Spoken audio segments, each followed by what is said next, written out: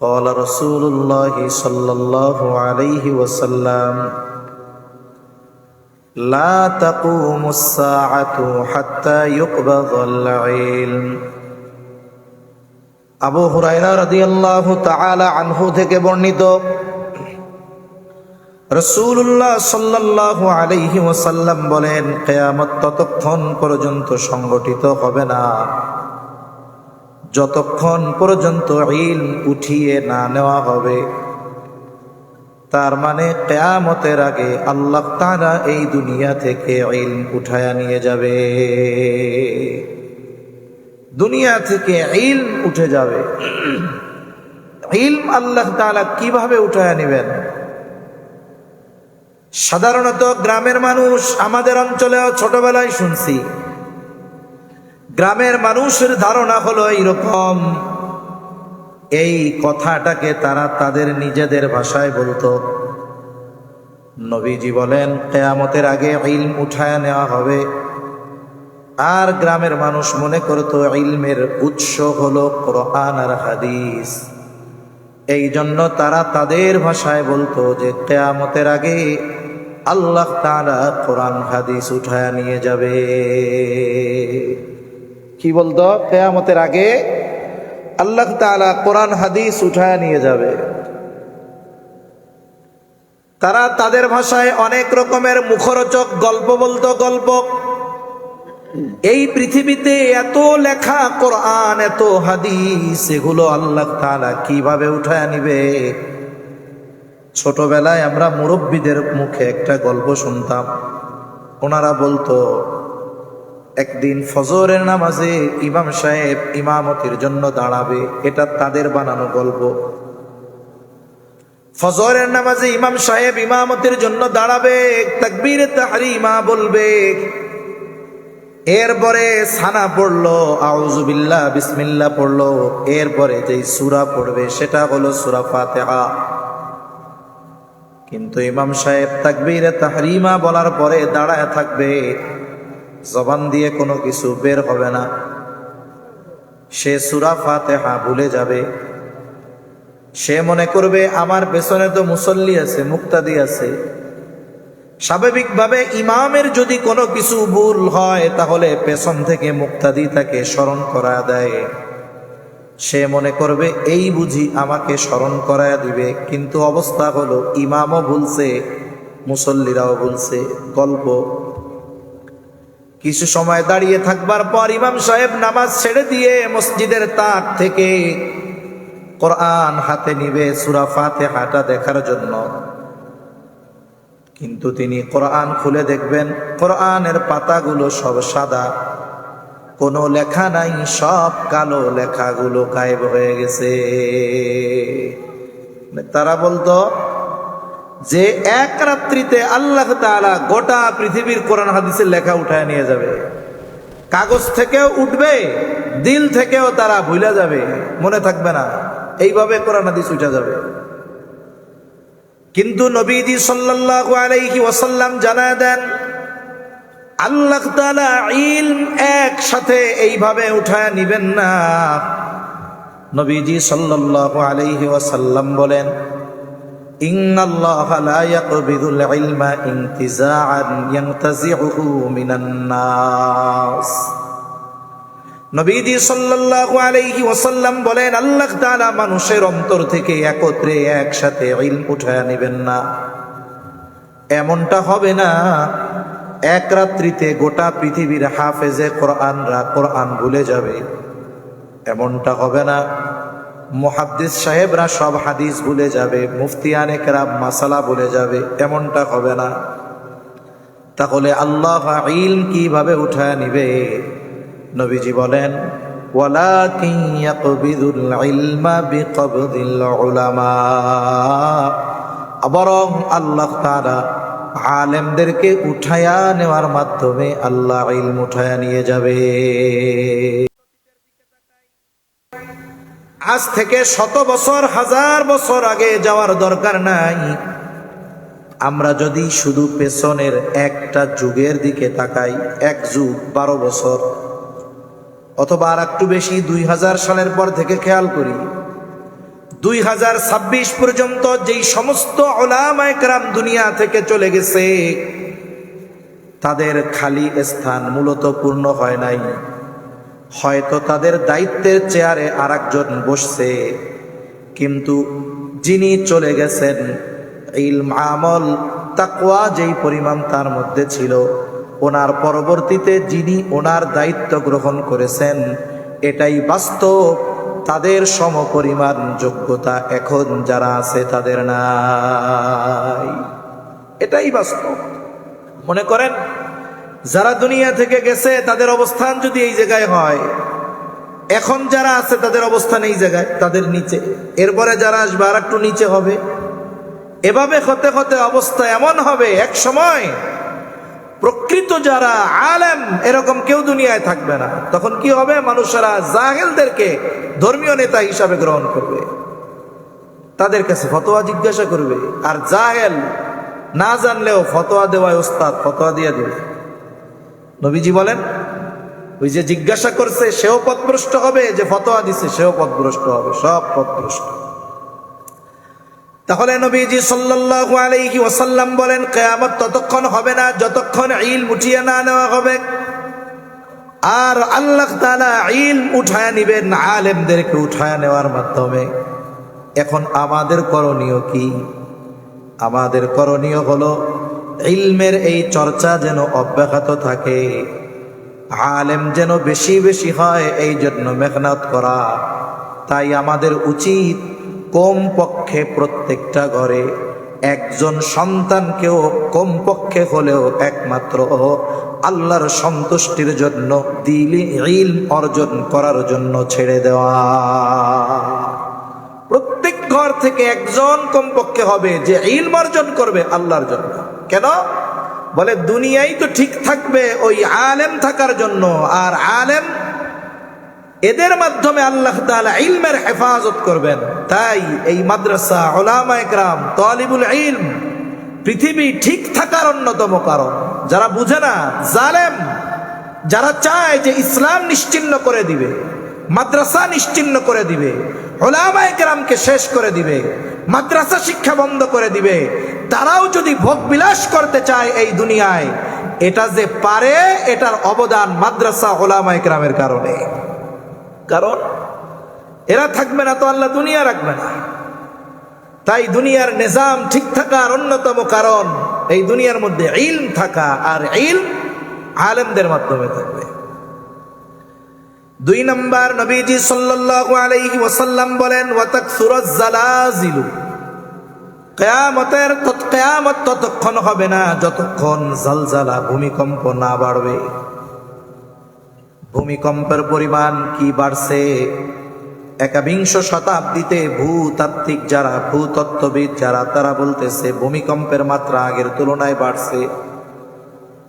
অল্প সময়ের ব্যবধানে বড় বড় ভূমিকম্প হচ্ছে, ভবিষ্যতে আরো বড় বড় ভূমিকম্প হওয়ার আশঙ্কা আছে।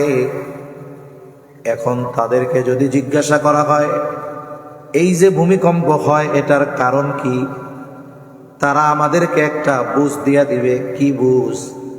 বলে এই পৃথিবী বিভিন্ন প্লেটে বিভক্ত, স্থলভাগ এক একটা বিশাল খণ্ডে বিভক্ত, এক একটা খণ্ডকে বলা হয় এটা এক একটা প্লেট, টেকটনিক প্লেট। টেকটনিক প্লেটের নড়াচড়া, ঘর্ষণ, ধাক্কার কারণে ভূমিকম্প হয়। এখন যদি আমরা তাদেরকে জিজ্ঞাসা করি এই যে টেকটনিক প্লেট নড়ে চড়ে কেন, ধাক্কা মারে কেন, এর সুস্পষ্ট জবাব তারা দিতে পারবে না। জমিন যে প্রকম্পিত হয় এই জন্য তো ভূমিকম্প হয়, নড়াচড়া একটু বেশি হইলে ভূমিকম্প হয়। পৃথিবীর জমিন সবসময় নড়ে, কিন্তু মাত্রা কম, বোঝা যায় না। মাঝে মধ্যে নড়াচড়াটা একটু বেশি হয়, অস্থিরতাটা বেশি হয়, এই জন্য ভূমিকম্প এই সময় টের পাওয়া যায়। জমিন অস্থির হওয়ার কারণ কি? বেশি নড়াচড়া করার কারণ কি? জমিন অতিরিক্ত নড়াচড়ার মূল কারণ হলো মানুষের পাপ। আমাদের পাপের কারণে জমিন স্থির থাকতে পারে না, অস্থির হয়ে যায়, নড়াচড়া করে। আর এই ভূমিকম্প হওয়ার কারণ পাপ, এটা আল্লাহ তাআলা জানাইছেন, এটাই মূল কারণ। যখন ভূমিকম্প হয় বিভিন্ন সংবাদ মাধ্যম, গণমাধ্যম, মিডিয়া আমাদেরকে ভয় দেয়, সচেতন করে যে এইভাবে ঘর নির্মাণ করতে হবে, এটা করতে হবে, ভূমিকম্প শুরু হইলে খাটের নিচে যাইতে হবে, সোফার নিচে পালাইতে হবে। কিন্তু কেউ মূল কারণটা বলে না যে ওই কাজগুলো করো তাহলে ভূমিকম্প আশা করা যায় বন্ধ হয়ে যাবে। কোন মিডিয়া বলে না পাপ ছেড়ে দাও, ঘুষ ছেড়ে দাও, সুদ ছেড়ে দাও, জুলুম ছেড়ে দাও, অন্যেরটা মেরে খাওয়া ছেড়ে দাও, এক আল্লাহর দিকে অগ্রসর হও। এটা কেউ বলে না। অথচ ভূমিকম্প হওয়ার মূল কারণ ওইটা, এটাই আল্লাহ বলেছেন। আল্লাহ তাআলা বলেন, যাহারাল ফাসাদু ফিল বাররি ওয়াল বাহরি বিমা কাসাবাত আইদিন নাস লিউযীকাহুম বা'দাল্লাযী আমিলু লাআল্লাহুম ইয়ারজিউন। আল্লাহ তাআলা বলেন, পানিতে, স্থলে যত ধরনের বিপর্যয় সংঘটিত হয় সব মানুষের হাতের কামাই। আর স্থলে তথা জমিনে সংগঠিত অন্যতম বিপর্যয় হলো ভূমিকম্প। ভূমিকম্প এমন এক বিপর্যয়, এমন এক আযাব, এমন এক মুসিবত, যেই বিপর্যয় সংগঠিত হওয়ার 1 সেকেন্ড আগেও দুনিয়ার কোনো প্রযুক্তি এটার পূর্বাভাস দিতে পারে না। যেমন আপনাদের কাছেই সমুদ্র, তাই না? আপনাদের কাছে না সমুদ্র, সাগর কাছে। যখন আবহাওয়া খারাপ হয়, বড় ধরনের ঘূর্ণিঝড় হওয়ার আশঙ্কা থাকে, অনেক আগ থেকেই প্রযুক্তির কল্যাণে আল্লাহর দেওয়া জ্ঞানকে কাজে লাগিয়ে প্রযুক্তি ব্যবহার করে আগের থেকে একটা আইডিয়া করা যায় যে ঘূর্ণিঝড়টা এইদিকে আসতে পারে। দুইটা বিষয় খেয়াল করা হয়। স্যাটেলাইটের মাধ্যমে খেয়াল করে যে এই ঘূর্ণিঝড়ের বাতাসের গতিটা কত, গতি কত, আর বাতাসের দিক কোন দিক। মনে করেন দক্ষিণ থেকে উত্তর দিকে আসবে ঝড়, বঙ্গোপসাগরের কিনার থেকে, উপকূল থেকে 300 কিলোমিটার দক্ষিণে আছে, বাতাসটা আসতেছে উত্তর দিকে, দক্ষিণ থেকে উত্তরে। গতিগত বাতাসের গতি ঘন্টায় 60 কিলোমিটার। গতি আর দিক এই বিষয়টা নির্ণয় করে আবহাওয়া অফিস আমাদের কি দেয়? একটা সতর্ক বার্তা দেয়। কি বলে?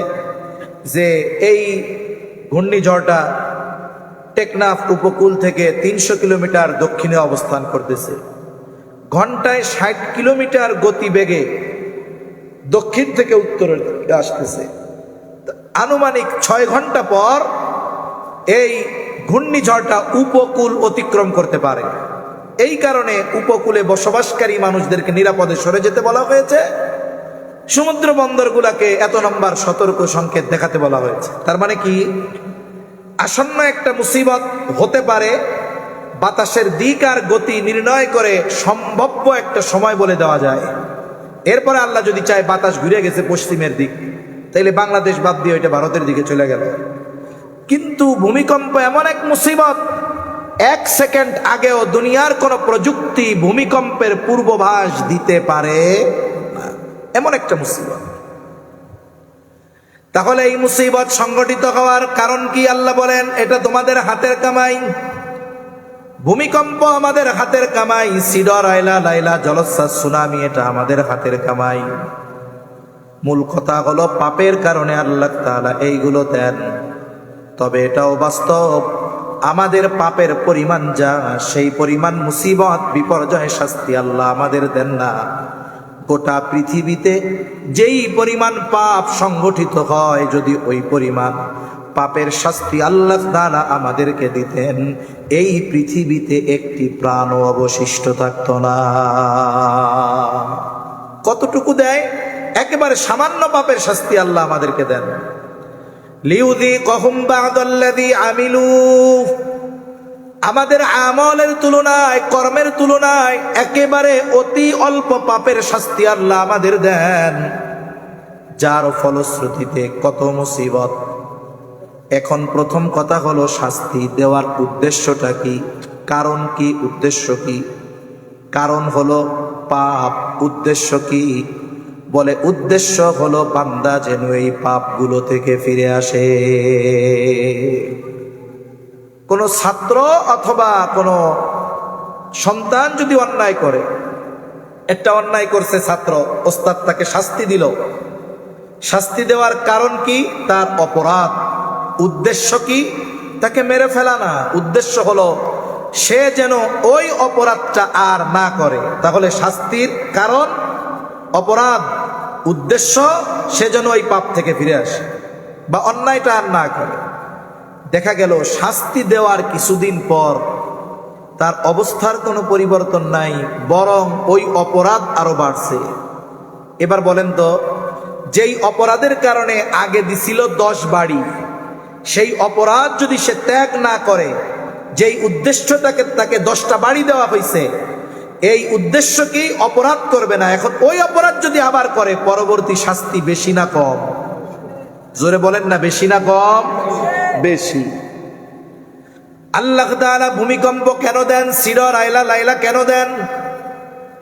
দেওয়ার উদ্দেশ্য হলো সুদখোর যেন সুদ ছেড়ে দেয়, মিথ্যাবাদী যেন মিথ্যা ছেড়ে দেয়, ঘুষখোর যেন ঘুষ ছেড়ে দেয়, হারামখোর যেন হারাম খাওয়া ছেড়ে দেয়, জালেম যেন জুলুম ছেড়ে দেয়, মানুষ যেন মসজিদমুখী হয়, বাজারমুখী না হয়, নেক কাজ যেন বেশি বেশি করে, গুনার কাজ থেকে যেন বাঁচে।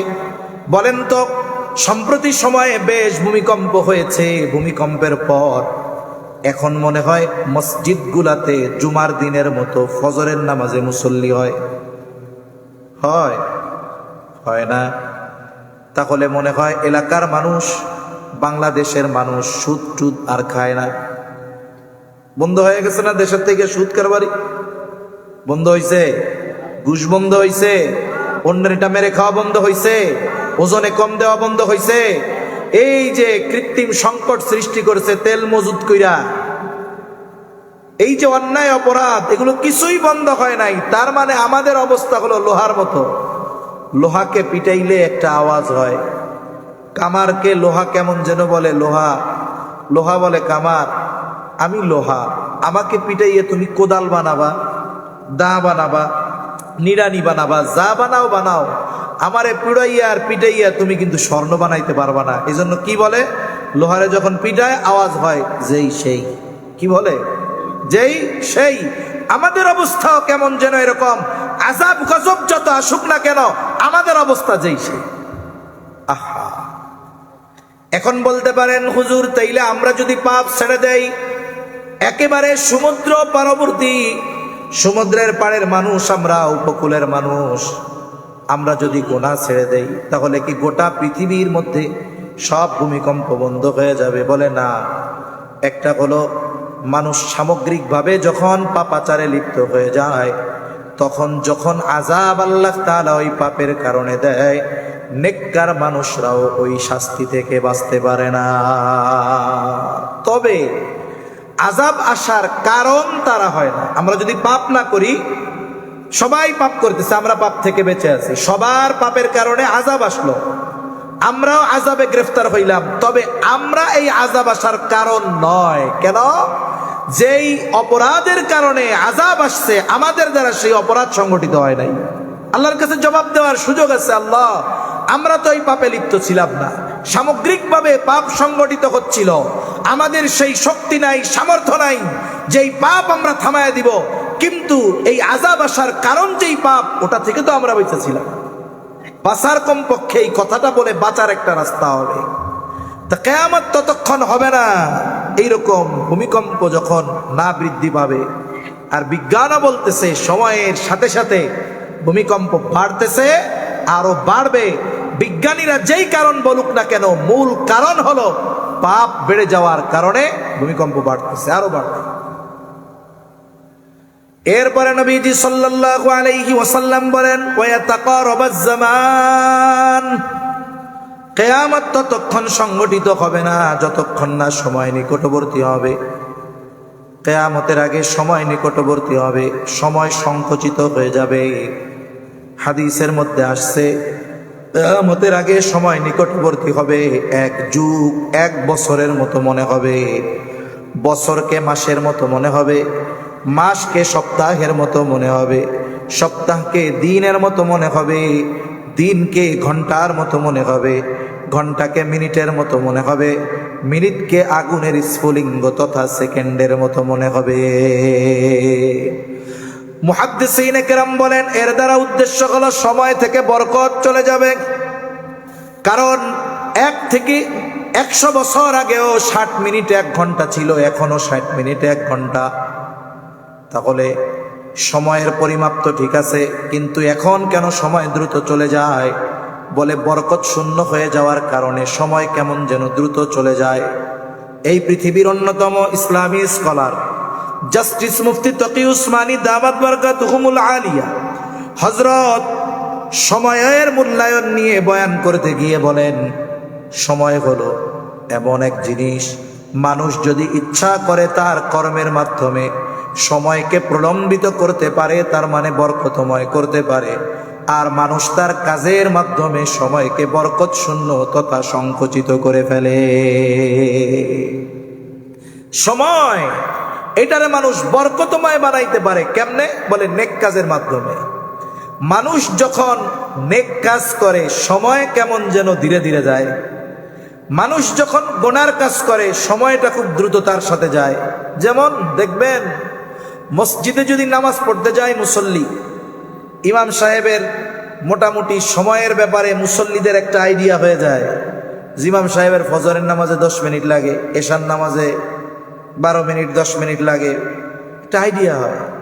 মসজিদগুলোর সামনে তো ঘড়িও আছে। অনেক সময় মুসল্লিরা চিন্তা করে যে ইমাম সাহেবের প্রথম রাকাতে যাইতে লাগবে 4 মিনিট, 6টা বা 5টায় নামাজে দাঁড়াইছে, 5টা 4 এসে রুকুতে যাবে।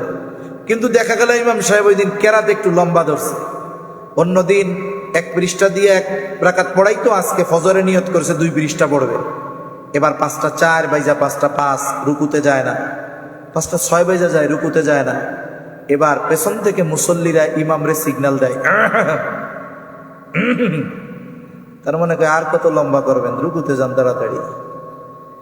মনে করেন ওই ব্যক্তি ইমাম সাহেবের নামাজ, ফজরের নামাজ ওই দিন 5 মিনিট বেশি লাগছে, অন্যদিন 10 মিনিট লাগে, আজকে বেশি লাগছে 5 মিনিট 15 মিনিট।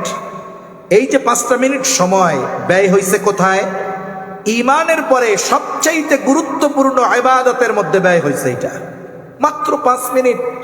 অথচ মুসল্লি এই 5টা মিনিট ঈমানের পরে সর্বশ্রেষ্ঠ ইবাদতে থাকতেছে, ভালো কাজে থাকতেছে, তার জীবন বের হয়ে যাওয়ার উপক্রম। রোজার মাসে তারাবির নামাজে সময় তাড়াতাড়ি যদি হাফেজ পড়ে, সর্বোচ্চ যারা ধীরে পড়ে তাদের চাইতে 5-7 মিনিট আগে পড়তে পারবে। যারা একটু সুন্দরভাবে পড়ে এদের সর্বোচ্চ 10 মিনিট বেশি লাগবে, সর্বোচ্চ। আর এই 10 মিনিট ভাগ হয়ে যায় 20 রাকাতের মধ্যে, তার মানে প্রতি রাকাতে 30 সেকেন্ড বেশি লাগে। অথচ অনেক মুসল্লির এই 10 মিনিট বেশি লাগা কষ্টকর হয়ে যায়। ফজরের নামাজে 15 মিনিট লাগছে, কষ্টকর হয়ে যায়। ফজরের পরে একটু কোরআন তিলাওয়াত করবে, 2-4-5 মিনিট পড়ার পরে অধৈর্য হয়ে যায়, পড়তে মন চায় না। কিন্তু ওই মুসল্লি যখন ফজরের নামাজ শেষ করে আপনাদের বাজারের চায়ের দোকানে গিয়ে বসে, একটানা 4-5 ঘন্টা বসে থাকে, কোনো কাজ কাম নাই, চা খায়, পান খায় আর গল্প করে, 5টা মিনিট নামাজের মধ্যে বেশি লাগলে তার কষ্ট হয়ে যায়। চায়ের দোকানে 5 ঘন্টা বসে থাকে, তার একটুও কষ্ট হয় না। এই 5 ঘন্টা সময় বরকতহীন, মুহূর্তের মধ্যে চলে গেছে। অথচ কোরআন তিলাওয়াতের ওই 10টা মিনিট সময় বরকতময় ছিল, এই জন্য মনে হয় ধীরে ধীরে যাচ্ছে। নামাজের মধ্যে 5টা মিনিট বেশি লাগছে, নেক কাজের মধ্যে ছিল, এই জন্য মনে হয়েছে ধীরে ধীরে যাচ্ছে। তাই আমরা যদি আমাদের সময়গুলো অহেতুক ব্যয় না করি, অনর্থক কাজে ব্যয় না করি, গুনার কাজে ব্যয় না করি, তাহলে আমাদের সময়গুলোও বরকতময় হবে, অল্প সময়ে অনেক কাজ হবে।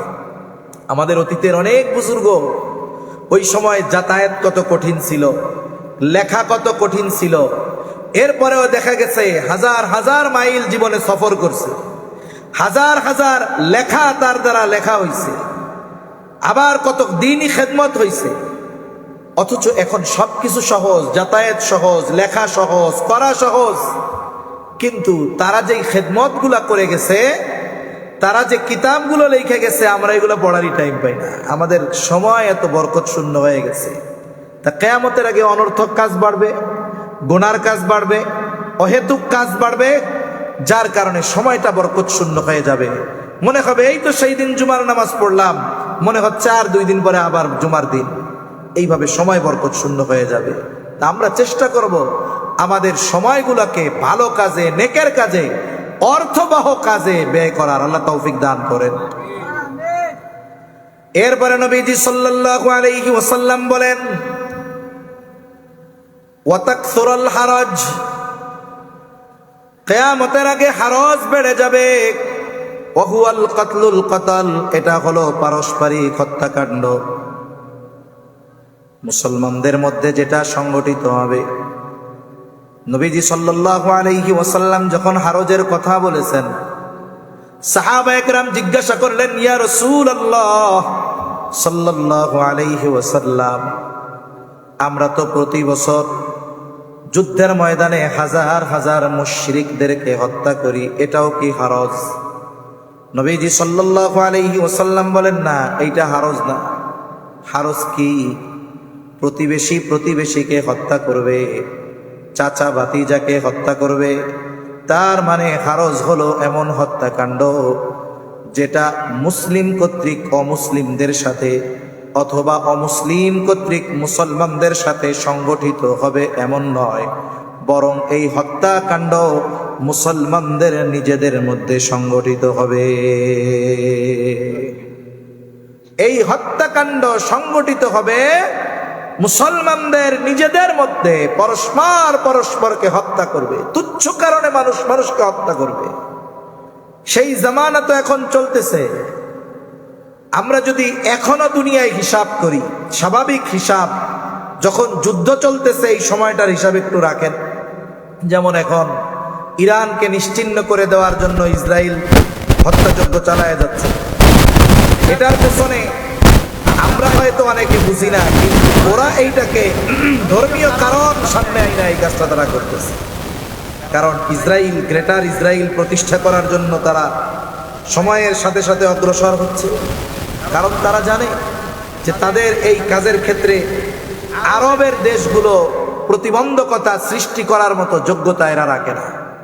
কারণ আরবের বড় বড় শেখদেরকে তারা নিজেদের নিয়ন্ত্রণে নিয়ে নিয়েছে।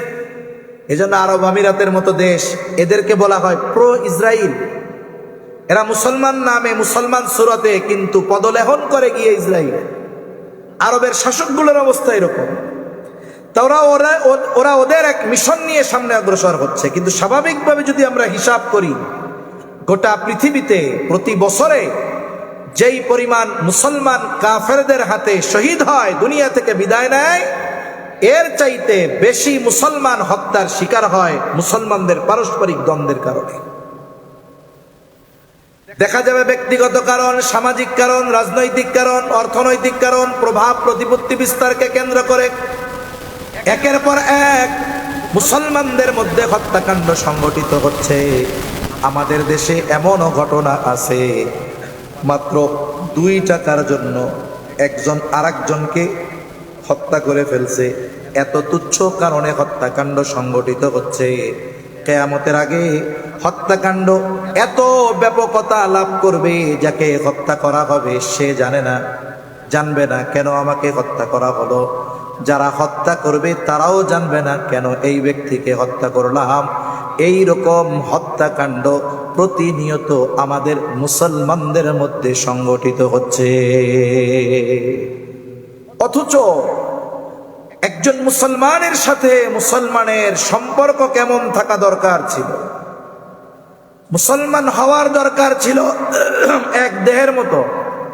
আমার দেহের যেখানেই ক্ষত হোক না কেন, যেখানেই আঘাত লাগুক না কেন, এর প্রভাব গোটা দেহের মধ্যে পড়ে।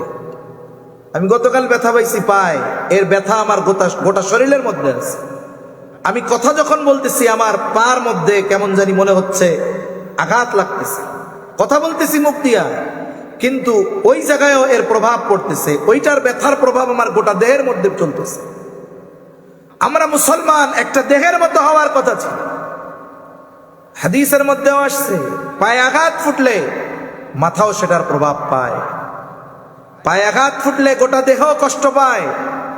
মুসলমান তো এমন দরকার ছিল, পৃথিবীর এক প্রান্তে যদি একজন মুসলমান কষ্ট পায়, তার ওই কষ্ট শুধু তার মধ্যে সীমাবদ্ধ থাকবে এমন নয়, গোটা পৃথিবীর প্রত্যেকটা মুসলিমের হৃদয় তার ব্যথা অনুভব করবে। কিন্তু আফসোস, আজকে এমন হয় যে আমার যার সাথে একটু শত্রুতা, যার প্রতি একটু বিদ্বেষ, সে যদি কারো দ্বারা আক্রান্ত হয়, আমি মনে মনে খুশি হই। আমাদের অবস্থা হয়ে গেছে এরকম, যার কারণে আমাদের মধ্যে দূরত্ব, আমাদের মধ্যে দলান্ধতা। এক দলের মানুষ আর এক দলের মানুষকে দেখতে পারে না, অথচ দুইজনের কালিমা এক, রব এক, নবী এক, কোরআন এক, শরীয়ত এক, অথচ দুই গ্রুপ, সে ওই দল ওই দল, আমি দেখতে পারি না তারে। মারামারি, খুনোখুনি, বকাঝকা, অথচ হত্যাকাণ্ড তো বহুদূর। আমার আপনার জবান থেকে আর একজন মুসলমান সর্বোচ্চ নিরাপদ থাকার দরকার ছিল। আঘাত তো বহুদূর, আমার কথার দ্বারাও যেন আর এক মুমিন ভাই কষ্ট না পায়, এইরকম জীবন আমার গড়ার দরকার ছিল। আমরা তো অনেক সময় মনে করি যে ইমান আনছি, নামাজ কালাম পড়ি, যাকাত দেই, হজ করছি, আমার জান্নাতে যাওয়া কে টাকা, আমি পাক্কা মুসলমান। অনেকে তো মনে করে মুসলমানই নিছি, ছোটবেলায় গরুর গোস্ত খাই, আমি পাক্কা মুসলমান। কিন্তু প্রকৃত মুসলমানের মানদণ্ড এটা নয়। প্রকৃত মুসলমান কে, তার মানদণ্ড নবীজি আমাদেরকে শিখায় গেছে। قال رسول الله صلى الله عليه وسلم المسلم من سلم المسلمون من لسانه ويده।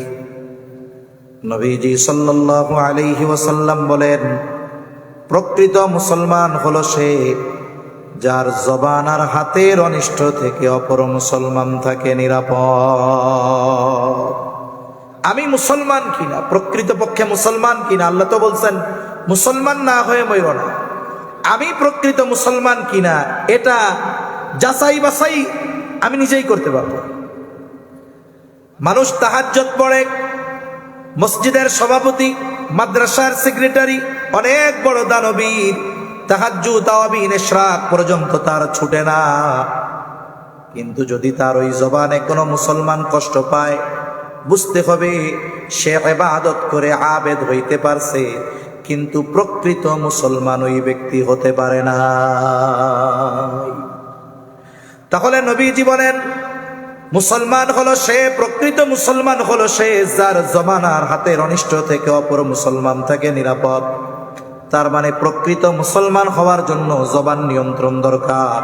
শুধু তাই না, যদি জান্নাতে যেতে হয়, নবীর থেকে যদি জান্নাতের গ্যারান্টি পেতে হয়, জবান হেফাজতের দরকার।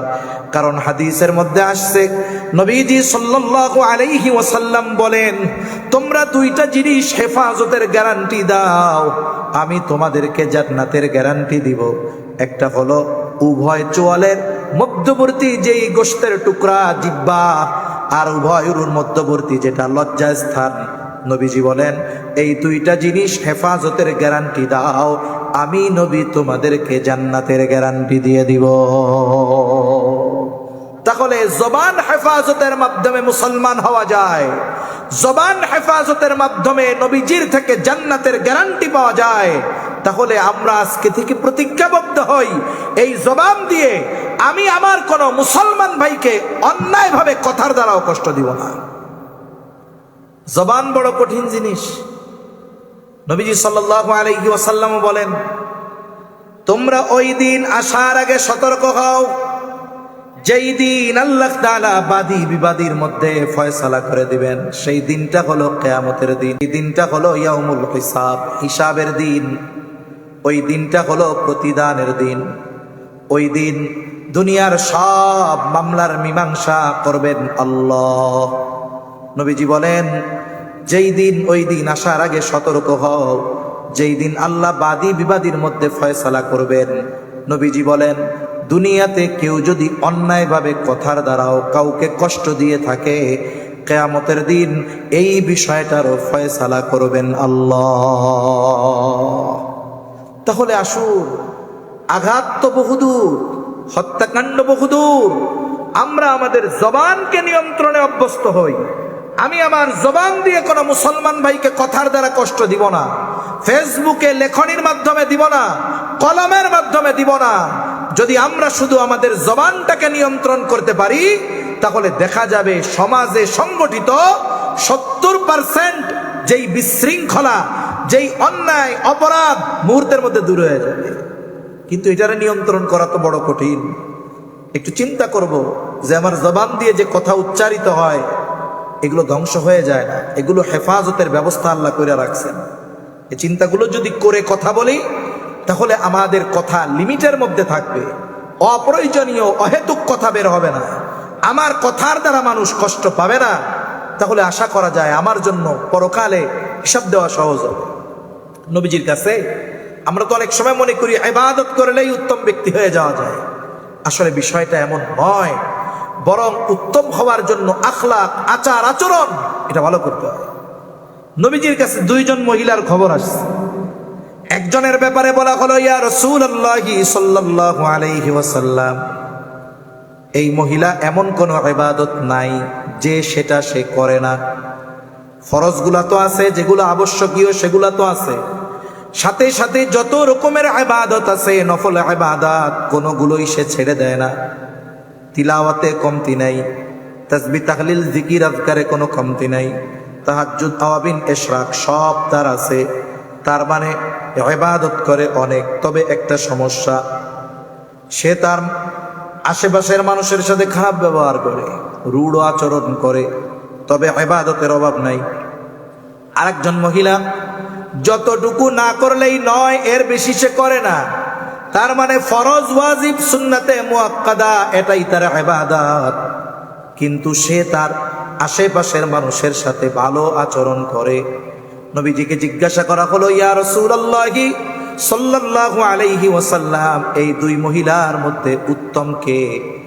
নবীজি ওই আবেদার কথা বলেন নাই, নবীজি বললেন ওই মহিলা উত্তম যে তার আশেপাশের মানুষের সাথে ভালো আচরণ করে। তাহলে একজন মানুষ তার আচরণের মাধ্যমে উত্তম মানুষ বলে পরিগণিত হতে পারে। আর আমরা মনে করতেছি ইবাদতে নিরুৎসাহিত করতেছি, এমন নয়, কিন্তু আমার আখলাক পরিশুদ্ধ হলো না, মানুষের সাথে আচরণ ভালো না, প্রতিবেশীর সাথে সম্পর্ক ভালো না, কিন্তু আমি অনেক ইবাদত করতেছি, ওই ইবাদত আমাকে প্রকৃতপক্ষে উত্তম মানুষে রূপান্তরিত করতে পারবে না। তাই তো নবীজি সাল্লাল্লাহু আলাইহি ওয়াসাল্লাম আখলাকের কতটা গুরুত্ব দিয়েছেন। নবীজিকে জিজ্ঞাসা করা হয়েছে, মিজানে সবচাইতে ওজন হবে কোন আমল? নবীজি সাল্লাল্লাহু আলাইহি ওয়াসাল্লাম নামাজের কথা বলেন নাই, রোজার কথা বলেন নাই, হজের কথা বলেন নাই, যাকাতের কথা বলেন নাই। নবীজি বললেন মিজানে সবচাইতে ওজন হবে যে আমল, সেটা হলো উত্তম আখলাক, উত্তম চরিত্র। তাই আমরাও যদি আমাদের চরিত্রকে প্রকৃত মুমিনের চরিত্রে রূপান্তরিত করতে পারি, তাহলে আমাদের দ্বারা হত্যাকাণ্ড বহুদূর, আর একজন মুমিনও আমার আপনার জবানের দ্বারা কষ্ট পর্যন্ত পাবে না। আর এই হত্যাকাণ্ড একজন মুমিনকে যদি কেউ অন্যায় ভাবে করে, আল্লাহ তাআলা তার জন্য জাহান্নামরে হারাম করে দিয়েছে, জান্নাত হারাম করে দিয়েছে। তাই সাবধান, আমার আপনার দ্বারা যেন কোনো মুমিন ভাই কষ্ট না পায়। হত্যাকাণ্ড বহুদূর, কোনো মুমিনকে অন্যায়ভাবে হত্যা করা মানে সারা পৃথিবীর মানুষকে হত্যা করার মতো একটা পাপ। সেজন্য সাবধান, আমরা আমাদের আচরণ, আমরা আমাদের আখলাককে পরিশুদ্ধ করব, তাহলে আমাদের দ্বারা মানুষ কষ্ট কম পাবে, মানুষ কষ্ট পাবে না। সাথে সাথে আশা করা যায় সবাই যদি আমরা পরিবর্তন হয়ে যাই, সমাজ থেকে এই ধরনের অন্যায় অপরাধ মুহূর্তের মধ্যে দূর হবে। তাই আমরা মুমিনের প্রতি মুমিনের যেই হকগুলো, প্রতিবেশীর যেই হকগুলো, আত্মীয় স্বজনের যেই হকগুলো, পরিবারের মানুষদের যেই হকগুলো, এই হকের ব্যাপারে সচেতন হব। মনে রাখতে হবে, হক শুধু মুসলিম হলেই আমার কাছে পাও না তা নয়, বরং মানুষ হিসাবে একজন অমুসলিমও আমার আপনার কাছে হক পাও না আছে। মানুষ হিসাবে মানুষের যেই হক আদায় করব, প্রতিবেশী যদি অমুসলিম হয় তার হক আমার কাছে আছে। রাসূলুল্লাহ সাল্লাল্লাহু আলাইহি ওয়াসাল্লামকে আয়েশা সিদ্দিকা রাদিয়াল্লাহু তাআলা আনহা জিজ্ঞাসা করতেছেন, ইয়া রাসূলুল্লাহ সাল্লাল্লাহু আলাইহি ওয়াসাল্লাম, আমার দুইজন প্রতিবেশী, একজন মুসলিম আর একজন ইহুদি। হে আল্লাহর রাসূল, প্রতিবেশী হিসাবে কে আমার কাছে বেশি হক পাও না। তিনি দুইজনের ধর্মীয় পরিচয় আলাদাভাবে উল্লেখ করে দিয়েছেন যে একজন মুসলিম আর একজন ইহুদি, কে আমার কাছে বেশি হক পাও না। নবীজি সাল্লাল্লাহু আলাইহি ওয়াসাল্লাম ধর্মীয় পরিচয়কে প্রাধান্য দেন নাই। নবীজি বললেন, আয়েশা, যার দরজা তোমার দরজার বেশি কাছে, প্রতিবেশী হিসাবে সে তোমার কাছে বেশি হক পাও না। একজন অমুসলিমও যদি আমার নিকটবর্তী প্রতিবেশী হয়, নিকটবর্তী প্রতিবেশী হিসাবে দূরবর্তী মুসলিম প্রতিবেশীর চাইতে তার হক বেশি। কারণ কি? সে অমুসলিম হতে পারে, কিন্তু প্রতিবেশী হিসাবে সে আমার বেশি নিকটবর্তী। অথচ সেই ক্ষেত্রে যদি সে মুসলিম হয়, তাইলে শুধু নিকটবর্তী প্রতিবেশী হিসাবে তার হক নয়, বরং সে মুসলিম হিসাবে আমার কাছে অনেকগুলো হক পায়। কিন্তু আফসোস, বিভিন্ন জায়গায় দেখি যে প্রতিবেশীর সাথে প্রতিবেশীর দ্বন্দ্ব আরো বেশি। সম্পর্ক থাকার কথা ছিল বেশি, কিন্তু ওইটা তো নাই, বরং শত্রুতা বিদ্বেষ আরো বেশি। এমনটা যেন না হয়। সৃষ্টিরও হক আছে। আল্লাহ তাআলা এই পৃথিবীতে যেই জিনিসগুলো খাওয়া আমাদের জন্য হালাল করেছেন, গরু হালাল, মহিষ হালাল, খান, আল্লাহর নামে জবাই দিয়া খান, কোনো অসুবিধা নাই। আল্লাহর দেওয়া নেয়ামত আল্লাহর নামে জবাই দিয়া খাইলাম। কিন্তু অনেক সময় অনেক মানুষ ইচ্ছাকৃত মজা নেওয়ার জন্য বিভিন্ন প্রাণীরে কষ্ট দেয়। হোক না সেটা কুকুর, হোক না একটা পাখি। হাদিসের মধ্যে আসছে, ছোট্ট চড়ুই পাখিও যদি অন্যায়ভাবে বিনা কারণে কেউ হত্যা করে, ওই পাখি কিয়ামতে আল্লাহর কাছে ওই ব্যক্তির ব্যাপারে অভিযোগ দায়ের করবে, আল্লাহ, ওই ব্যক্তি দুনিয়ায় আমার বিনা কারণে হত্যা করেছিল, কেন? এটার কারণ জানতে চাই। একটা ছোট্ট পাখি, তার ব্যাপারে যদি কিয়ামতে আল্লাহর সামনে জবাবদিহি তার কাঠগড়ায় দাঁড়াতে হয়, তাহলে যেই মানুষগুলো অন্যায়ভাবে আর একটা মানুষকে হত্যা করতেছে, হত্যার সহযোগিতা করতেছে, যে কোনো না কোনো ভাবে কাউকে হত্যাযোগ্য করে তুলতেছে, এই মানুষগুলো কিয়ামতের দিন আল্লাহর কাছে কি জবাব দিবে, এটা চিন্তার বিষয়। তাই আমরা আমাদের জবানকে নিয়ন্ত্রণ করব। মানুষের হক, মুসলমানের হক, প্রতিবেশীর হক, এই হকগুলোর ব্যাপারে গুরুত্ব দিব। আমি যদি মানুষের হকের ব্যাপারে গুরুত্ব দেই, এই বিষয়গুলো জানি, তাহলে আমার দ্বারা আমার প্রতিবেশী, সে মুসলিম হক কিংবা অমুসলিম, আমার প্রতিবেশী আমার দ্বারা কখনো আচরণগত কষ্ট তো পাবেই না, অন্যান্য কষ্ট সে পাবে না। আল্লাহ আমাদের উত্তম প্রতিবেশী হওয়ারও, উত্তম মানুষ হওয়ারও তৌফিক দান করেন। নবীজি সাল্লাল্লাহু আলাইহি ওয়াসাল্লামের পরে বলেন, হাত্তা ইয়াকসুরা ফীকুমুল মালু ফায়াফিদু। নবীজি বলেন, কিয়ামত ততক্ষণ সংগঠিত হবে না যতক্ষণ না মাল সম্পদ উপচিয়ে পড়বে। মুহাদ্দিসিনে কেরাম বলেন, এটা সংগঠিত হবে ঈসা আলাইহিস সালামের পুনরায় দুনিয়ায় আগমনের পর। ওনার মূল আগমন হয়ে গেছে, হায়াতের কিছু অংশ বাকি থাকতে আল্লাহ উঠায় নিয়ে গেছেন। আবার আল্লাহ তাআলা শেষ জামানায় ওনাকে পাঠাবে, উনি আসবেন, দাজ্জালকে হত্যা করবেন। ওনার উপরে এক কিতাব নাজিল হয়েছিল, যেই কিতাবের নাম হলো ইনজিল। উনি পুনরায় দুনিয়ায় এসে ইনজিলের দাওয়াত দিবেন না, দাওয়াত দিবেন কোরআনের। উনি খ্রিস্ট ধর্মের দাওয়াত দিবেন না, দাওয়াত দিবেন ইসলামের। তিনি দুনিয়ায় আসবেন, দাজ্জালকে হত্যা করবেন, গোটা পৃথিবীর আনাচে কানাচে ইসলাম ছড়িয়ে পড়বে। মুহাদ্দিসিনে কেরাম বলেন, পৃথিবীতে একজন মানুষও অমুসলিম থাকবে না, প্রত্যেকেই পাক্কা ইমানদার হয়ে যাবে। গোটা পৃথিবীর মধ্যে ইনসাফের সুবাতাস বইবে। আর আল্লাহ তাআলার ওয়াদা তো আছেই। আল্লাহ তাআলা বলেন, ওয়ালাউ আন্না আহলাল কুরা আমানু ওয়াত্তাকাউ লাফাতাহনা আলাইহিম বারাকাতিম মিনাস সামাই ওয়াল আরদ। আল্লাহ তাআলা বলেন, যদি ওই জনপদের অধিবাসীরা ঈমান আনে, মুত্তাকি হয়ে যায়, আমি অবশ্যই তাদের জন্য আসমান আর জমিনের বরকতের দরজাগুলো খুলে দিব। ওই সময় তো এরকম পাক্কা মুত্তাকি ইমানদার থাকবে, আসমান জমিনের বরকতের দরজা খুলে যাবে। এত পরিমাণ সম্পদ মানুষের হবে, মাল সম্পদ উপচায়া পড়বে, এমন অবস্থা হবে, এত সম্পদ হবে মানুষের মন চাইবে যদি একটু সৎকা করতে পারতাম। কিন্তু অবস্থা এমন, গোটা পৃথিবী খুঁজে তন্ন তন্ন করে খুঁজে সাদকা নেওয়ার মতো মানুষ পাওয়া যাবে না। নবীজি বলেন, এই বিষয়গুলো যতক্ষণ সংগঠিত না হবে ততক্ষণ পর্যন্ত কিয়ামত সংগঠিত হবে না। এখন আমাদের কাজ কি? সময়ের সাথে সাথে আমরা মনে করি পৃথিবী পরিবর্তনের জন্য অনেক সময়ের দরকার। না না, আমরা যেটা কল্পনা করতেছি না আগামী দিনের জন্য, ওই অকল্পনীয় জিনিসটা মুহূর্তের মধ্যে বাস্তবে পরিণত করতে পারেন কে? আল্লাহ। এজন্য আমাদের ঈমানকে ঠিক করা, আমাদের মুত্তাকি হয়ে যাওয়া, নিজেদেরকে তৈয়ার রাখা। অনেক বুজুর্গানে দিন বলতেছেন পৃথিবীর পরিবর্তন যেই দ্রুততার সাথে হচ্ছে, হয়তো অচিরেই ইমাম মাহদীর আত্মপ্রকাশ ঘটবে। কিন্তু ওই বাহিনী তো এমন এক বাহিনী, দুনিয়ার বাহিনীতে তো ঘুষ টুস দিয়াও ঢোকা যায়। পুলিশে ঢুকে না, অনেক সরকারি চাকরি নেয় না ঘুষ টুস দিয়া।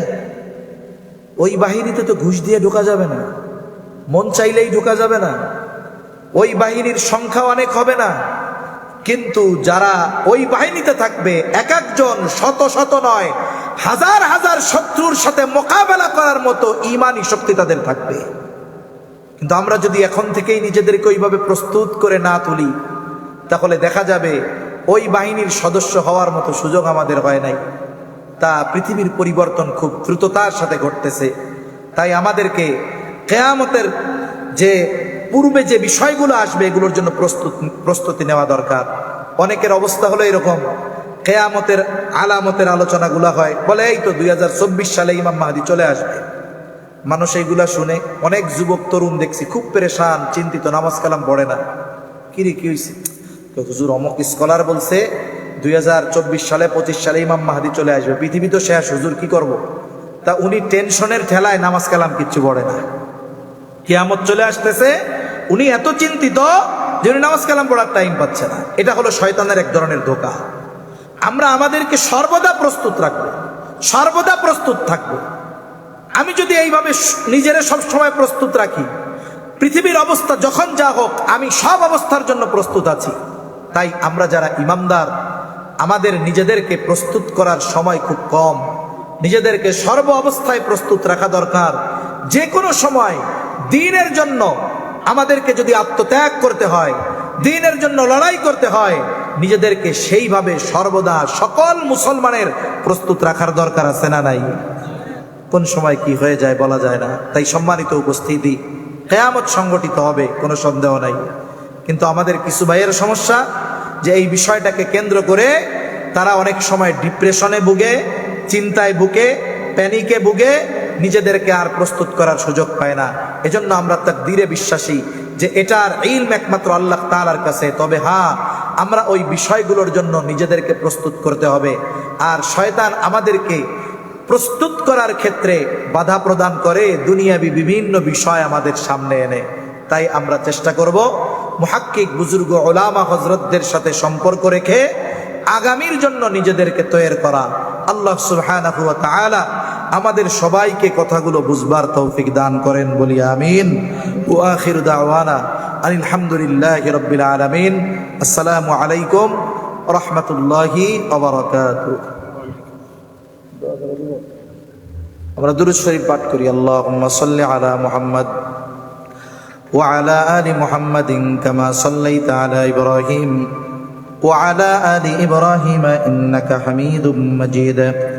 আল্লাহুম্মা বারিক আলা মুহাম্মাদিন ওয়া আলা আলি মুহাম্মাদ কামা বারাকতা আলা ইব্রাহিম ওয়া আলা আলি ইব্রাহিম ইন্নাকা হামিদুম মাজিদ। الحمد لله رب العالمين والعاقبة للمتقين، الصلاة والسلام على خير خلقه محمد وعلى آله وأصحابه أجمعين. ربنا ظلمنا أنفسنا وإن لم تغفر لنا وترحمنا لنكونن من الخاسرين. ربنا آتنا في الدنيا حسنة وفي الآخرة حسنة وقنا عذاب النار. ربنا لا تزغ قلوبنا بعد إذ هديتنا وهب لنا من لدنك رحمة إنك أنت الوهاب. رب العالمين, আপনি আমাদের বিগত জীবনের সব গুনাহগুলো মাফ করে দেন। আমাদের আত্মীয় স্বজন দেশে প্রবাসে যে যেখানে আছে মাফ করে দেন। খাস করে যারা দুনিয়া ছেড়ে চলে গেছে, আল্লাহ মাফ করে কবরগুলো জান্নাতের টুকরো বানিয়ে দেন। রব্বুল আলামিন, বাদালিয়া ইসলাম প্রচার সংস্থার উদ্যোগে 2 দিন ব্যাপী ইসলামী সম্মেলন কবুল করে নেন। হায় আল্লাহ, আগামী দিন ওই প্রোগ্রাম বাকি আছে আল্লাহ যথাযথভাবে সমাপন করার তৌফিক আল্লাহ আপনি দান করেন। খাস করে আয়োজন কামিয়াবির জন্য যে যেভাবে সহযোগিতা করেছে আল্লাহ সকলের সকল প্রকার সাহায্য সহযোগিতা আপনি কবুল আর মঞ্জুর করে নেন রব্বুল আলামিন। খাস করে মালিক হে আল্লাহ তামাম দুনিয়ার মুসলমানদের জানমাল আপনি হেফাজত করেন। জালেম ইসরায়েল আমেরিকা হে আল্লাহ এদেরকে আপনি ধ্বংস করে দেন রব্বুল আলামিন। তামাম দুনিয়ার মুসলমানদের এখন এক হওয়ার তৌফিক আল্লাহ দান করে। আল্লাহ যেখানেই মুসলমানেরা মাজলুম আপনি তাদের জন্য সাহায্যকারী হয়ে যান। আমাদেরকেও আয় আল্লাহ একে অপরের প্রতি হৃদ্রতা ভালোবাসা বাড়িয়ে দেন। লোভ হিংসা অহংকার মুক্ত হৃদয় আল্লাহ আপনি আমাদের দান করেন রব্বুল আলামিন। খাস করে মালিক আমাদের যাদের মা বাবা দুনিয়া ছেড়ে চলে গেছে মাফ করে কবরগুলো জান্নাতের টুকরো বানায়া দেন। আয় আল্লাহ যদি গুনার কারণে কারো মা বাবার কবরে আযাব হয় মাফ করে কবরগুলো জান্নাতের টুকরো বানায়া দেন। কিয়ামতের দিন হিসাব সহজ করে জান্নাতের ব্যবস্থা করে দিয়ে আয় আল্লাহ যাদের মা বাবা দুনিয়া ছেড়ে চলে গেছে রব্বুল আলামিন তাদেরকে ধৈর্য দান করেন রব্বুল আলামিন। খাস করে অভাবীর অভাব দূর করেন, ঋণগ্রস্তের ঋণ পরিশোধের তৌফিক দেন, হারাম হালাল বেঁচে চলার তৌফিক দেন। আয় আল্লাহ যারা বেকার আছে হালাল কর্মসংস্থানের ব্যবস্থা করে দেন। আয় আল্লাহ রিজিক সংকীর্ণতা দিয়ে আল্লাহ আপনি আমাদের পরীক্ষা নিয়েন না রব্বুল আলামিন।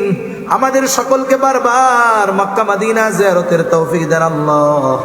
আল্লাহ আমাদের দেশের উপরে খাস রহমত নাজিল করেন, আসমানি জমিনি সকল প্রকার বালা মুসিবত থেকে হেফাজত করেন রব্বুল আলামিন।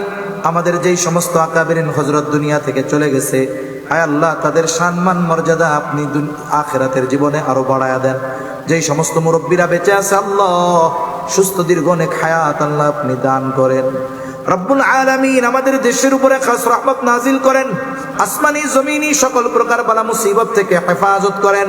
আয় আল্লাহ দ্বীনের ব্যাপারে ইসলামের ব্যাপারে দেশের ব্যাপারে দলমত নির্বিশেষে আমাদের ঐক্যবদ্ধ থাকার তৌফিক আল্লাহ আপনি দান করেন।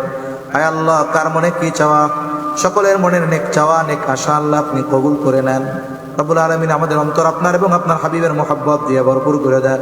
আয় আল্লাহ আপনার মোহাব্বতের বান্দাদের তালিকায় আমাদের নামটা অন্তর্ভুক্ত করে আনেন। আল্লাহ সকল প্রকার পাপাচার অনাচার অশ্লীলতা থেকে বেঁচে থাকার তৌফিক ও হিম্মত দান করেন। সকলকে মানসিক সুস্থতা শারীরিক সুস্থতা অর্থনৈতিক সচ্ছলতা দান করেন। প্রত্যেকটা পরিবারে দ্বীনের আবহাওয়া জারি করে দেন।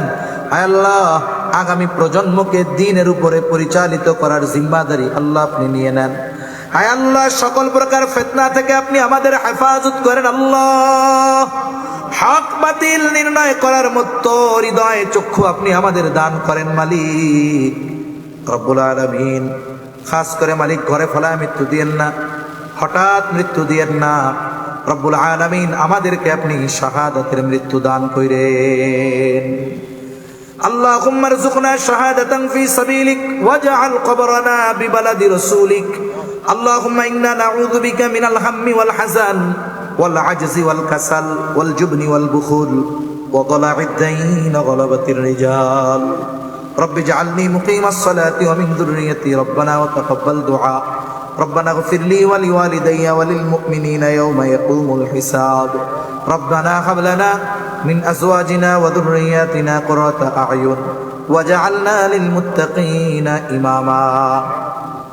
رب ارحمهما كما ربياني صغيرا. رب ارحمهما كما ربياني صغيرا. وصلى الله تعالى على خير خلقه محمد وعلى آله وأصحابه أجمعين. آمين برحمتك يا أرحم الراحمين.